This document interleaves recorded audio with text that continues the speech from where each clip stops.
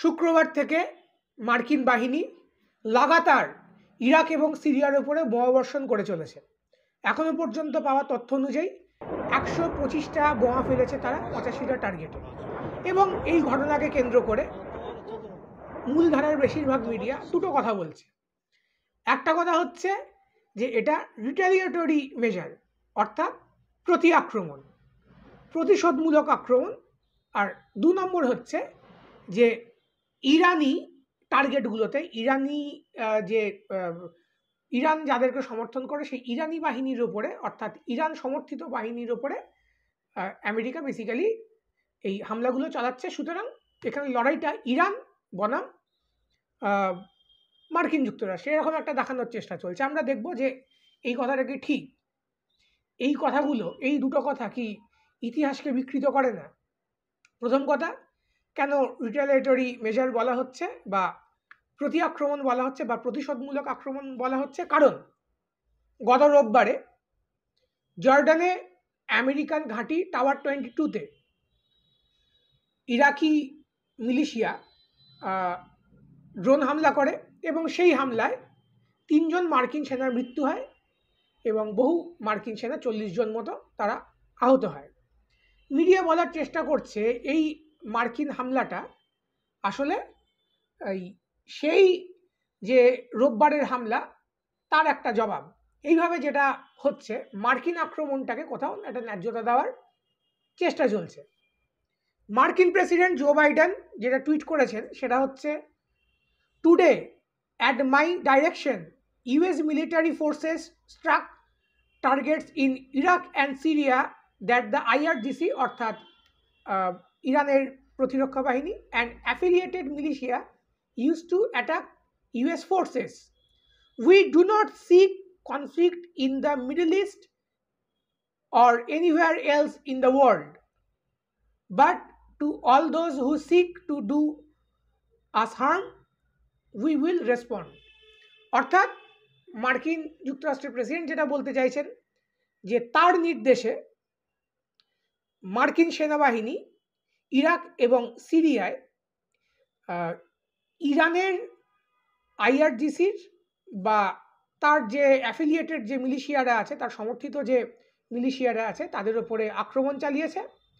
এবং তিনি লিখেছেন দ্বিতীয় লাইনে, মার্কিন যুক্তরাষ্ট্র কখনোই কোনো সংঘাত চায় না, মিডল ইস্টে হোক বা মধ্যপ্রাচ্যে হোক বা দুনিয়ার অন্য কোথাও, কিন্তু যদি কেউ তাদের ক্ষতি করার চেষ্টা করে তাহলে মার্কিনিরা জবাব দেবে। প্রথম প্রশ্ন এটা দাঁড়ায় যে ইরাক এবং সিরিয়ায় মার্কিন বেসগুলো কি করছে?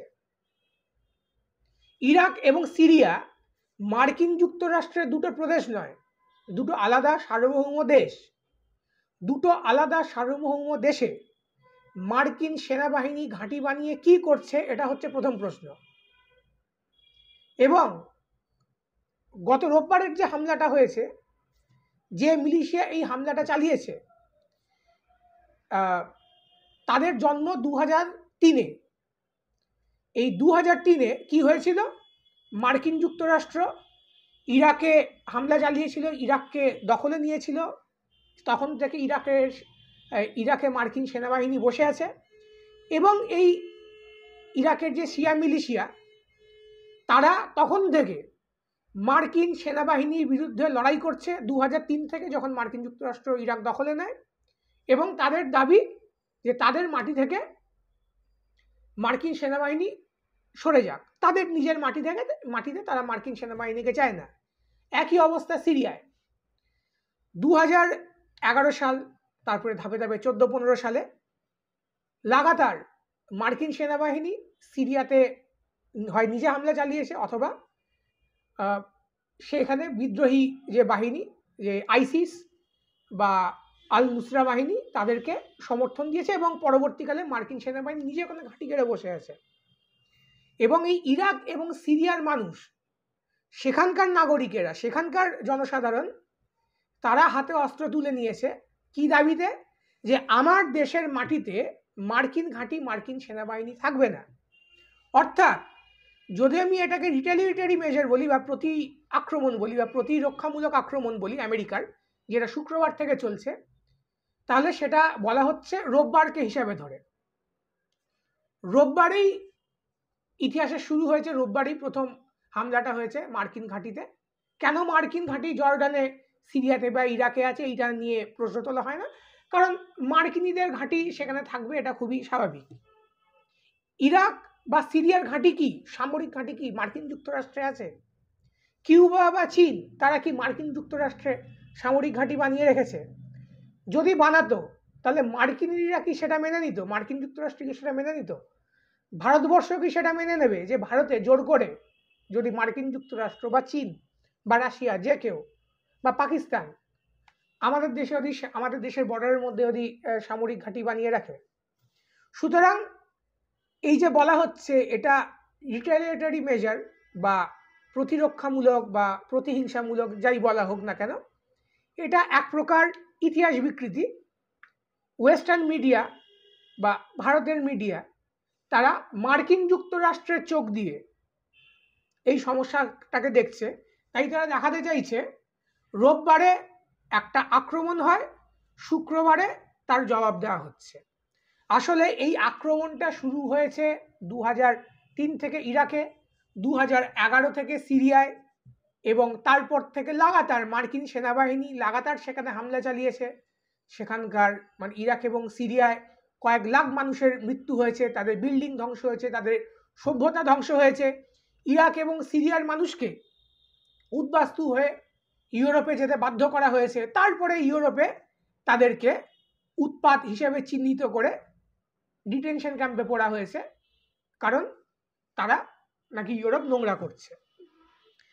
সুতরাং প্রথম কথা, যদি আমরা এটাকে রিটেলিয়েটরি মেজার বলি তাহলে ইতিহাসের প্রতি অন্যায় করা হবে, কারণ যুদ্ধটা গত রোববার থেকে শুরু হয়নি।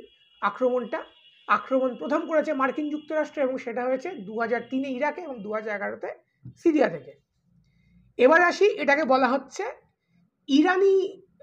ইরান অ্যাফিলিয়েটেড মিলিশিয়া বা ইরানের ছায়াযুদ্ধ। আসলে এটা বলার মধ্যে দিয়ে ইরাক এবং সিরিয়ার মানুষের তাদের যে প্রতিরোধ, তাদের যে সংগ্রাম, স্বাধীনতার সংগ্রাম, তাদের যে ন্যায্য দাবি যে আমার দেশের মাটিতে মার্কিন সেনাবাহিনীর ঘাঁটি থাকবে না, এই দাবিটাকে, এই ন্যায্য মনোভাবটাকে কোথাও অস্বীকার করা, তাদেরকে ছোট করা, এবং পুরোটাকেই ইরান এবং মার্কিন যুক্তরাষ্ট্রের একটা সংঘাত হিসেবে দেখানোর চেষ্টা। সুতরাং যদি আমাদেরকে দুনিয়াকে বুঝতে হয়, তাহলে মার্কিন মিডিয়া বা মার্কিন যুক্তরাষ্ট্রের যে গোয়েন্দা বিভাগ, তাদের নির্দেশিত যে মিডিয়া, তাদের চশমাটা খুলে স্বচ্ছ চোখে দেখতে হবে। উপনিবেশবাদ নিয়ে ভারতের যে অভিজ্ঞতা, ব্রিটিশ শাসন নিয়ে, সেই চোখ দিয়ে আমাদের কিন্তু এশিয়া, আফ্রিকা, লাতিন আমেরিকার সমস্যাকে দেখতে হবে।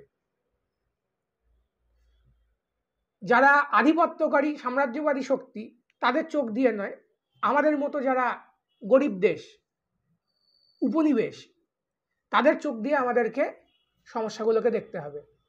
এই নিয়ে আপনার কি মতামত অবশ্যই আমাদেরকে কমেন্টে জানাবেন। আমাদের চ্যানেলটিকে সাবস্ক্রাইব করবেন, বেল আইকনে প্রেস করবেন, পছন্দ হলে লাইক করবেন, বন্ধুদের সাথে শেয়ার করবেন। শুভরাত্রি।